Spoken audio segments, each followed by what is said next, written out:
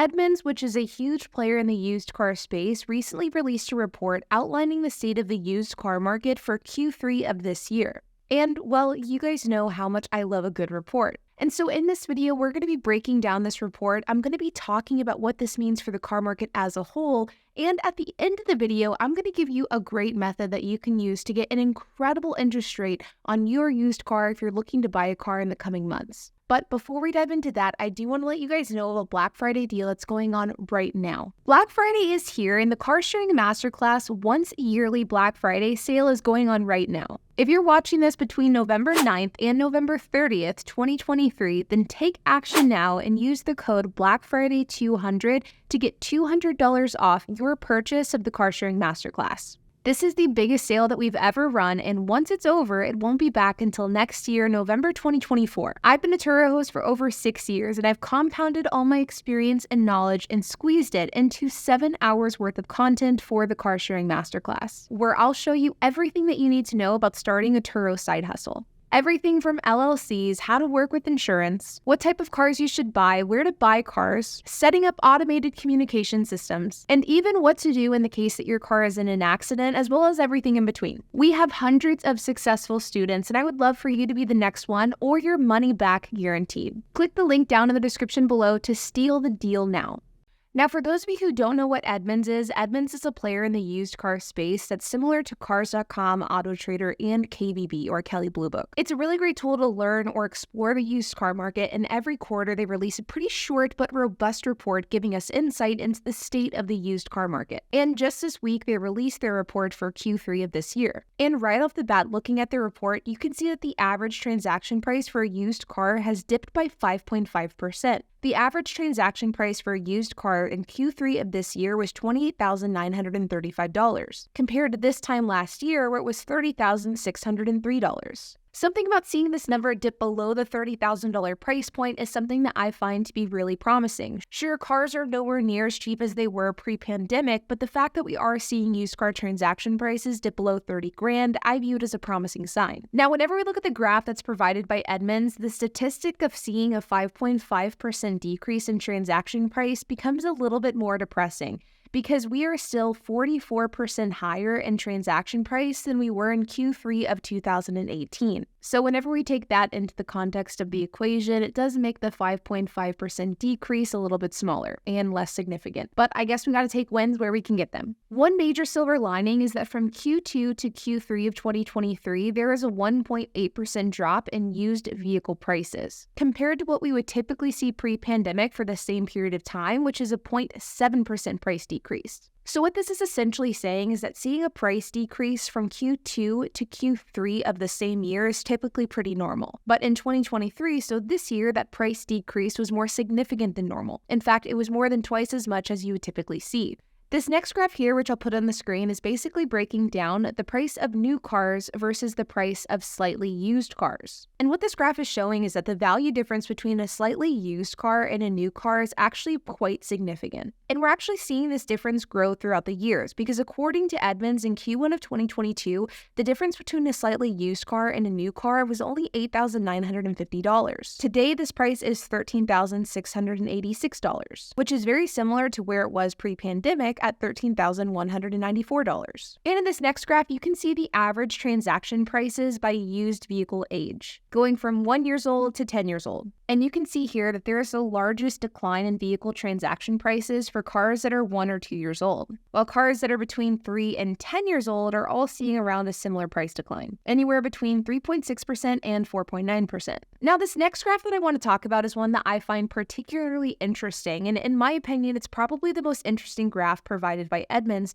and it revolves around what price ranges people are spending for their new and used car. This is something that I've talked about a lot on my channel because over the last couple of years, new and used cars have gotten significantly more expensive. And sure, this is in large part due to demand and the pandemic driving up used car prices, but it is also in large part due to the fact that car manufacturers are no longer producing these affordable cars. Ford Fiestas, Honda Fits, Toyota Yaris's, the list goes on and on. The reality is sub $20,000 cars are essentially going extinct, and this is as a a result causing new car prices across the board and used car prices as a result to go up. And the reason why car manufacturers are doing this is because they want to focus on their higher margin cars. The reality is higher trimmed out, more expensive vehicles are more profitable. But car manufacturers also oftentimes make the argument that there isn't a market for these ultra cheap cars either. And in my opinion, this graph I'm about to show you from Edmonds kind of proves the exact opposite. In fact, I would argue that it proves that people are looking for cheaper cars. You can see here used car stats by price range, and there's two graphs that we're going to be talking about, Q3 of 2019 versus Q3 of 2023.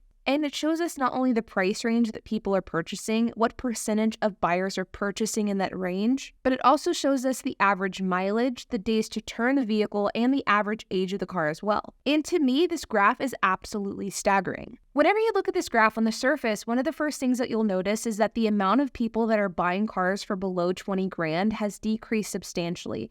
You can see that in 2019, 11% of car buyers were buying used cars that cost between $5,000 and $10,000. Today, that percentage is 4%.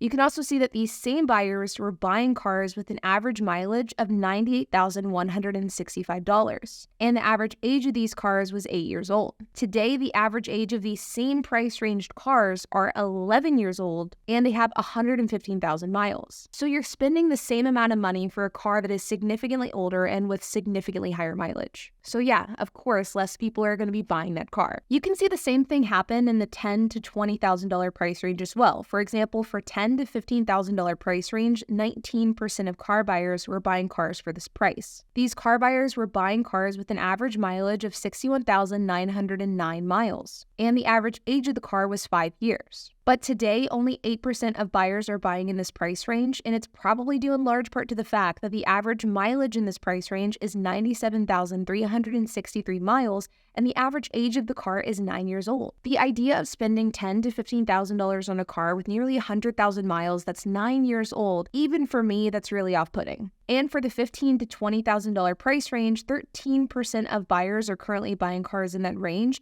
They have an average mileage of 70,441 miles, and they're on average 6 years old. Whereas back in 2019, you could get a really great used car for the same price range, and 23% of car buyers were buying cars in this range. That's because you could buy a car with an average age of 3 years old with only 44,000 miles. And whenever you begin to look at where people are spending their money today, it becomes blatantly obvious that whenever car buyers are looking at cars to buy, mileage and age is a huge factor. Because today, the majority of car buyers are buying cars for between $20,000 and $25,000. And you can buy a relatively decent car with 49,000 miles that's about 4 years old in this price range. Sure, it's not as good as it was back in 2019, but it sure does beat what you can buy for a lower price point. To me, what this tells us is that buyers are forced to buy more expensive cars. Back in 2019, you could buy a really decent, reliable car for about $5,000 to $15,000. In fact, you could buy a great used car for 20 grand. But today, if you want a relatively new, relatively low-mile car, you really have no other choice but to spend between 20 and 25 grand on that car, which is a huge shift from where things were just a few years ago in 2019. And so, in my opinion, what this tells us is that the demand for a reliable, cheap car hasn't gone away, but the supply to meet that demand is simply non-existent in this market,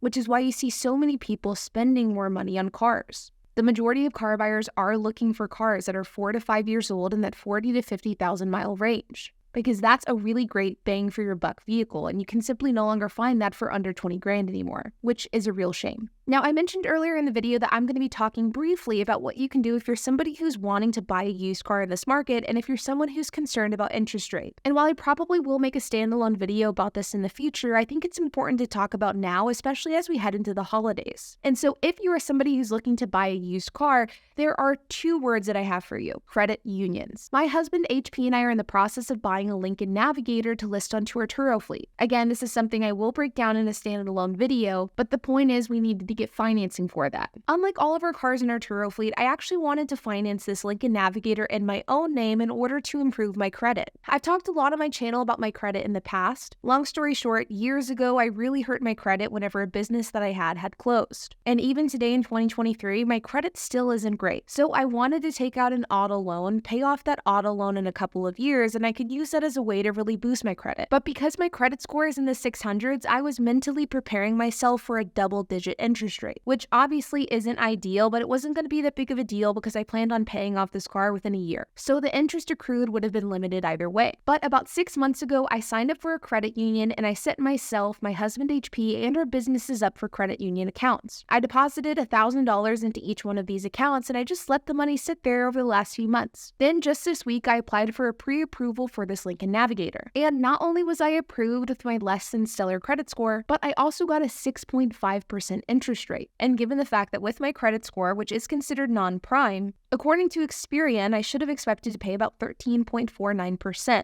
but I was approved for 6.5%, which is not only better than the average used car for my credit score rating, but it's also better than the average new car as well. In fact, the credit score that I was approved for is better than the average super prime borrower for the used car market, which is incredible. To say I was thrilled with that interest rate would be an understatement. I was absolutely ecstatic, and I think it really goes to show the power of going with credit unions whenever you need to borrow money. And so if you do not have a credit union and you think you're going to be buying a car in the future, I would highly encourage you to sign up for one. There are a ton of different credit unions out there that can be really great. A lot of them are local, which is what I ended up going with. And I currently bank with RBFCU, which is a local North Texas credit union. And again, what I did is I opened this over the summer. I deposited a few $1,000s into a few different accounts for myself, my husband, and our businesses. And then whenever I was ready to apply for a loan, I simply applied online. If you're somebody who's looking to buy a used car, I would highly encourage you to do this. But again, I will probably make a standalone video about this once we actually make the purchase of this Lincoln. I'll break down why we bought it and how I think it's going to do on Turo. But remember, you guys, that we do have the Black Friday sale going on right now for the Car Sharing Masterclass. You can use the code BlackFriday200 to get $200 off your purchase. I will have a link down in the description below. And like always, I hope that you enjoyed this video. If you have any questions, comments, if you have anything to add, I would love to hear it, so make sure to leave a comment down below. And while you guys are at it, make sure to hit the like button, hit that subscribe button, and hit the notification bell. And I will see you guys in the next video.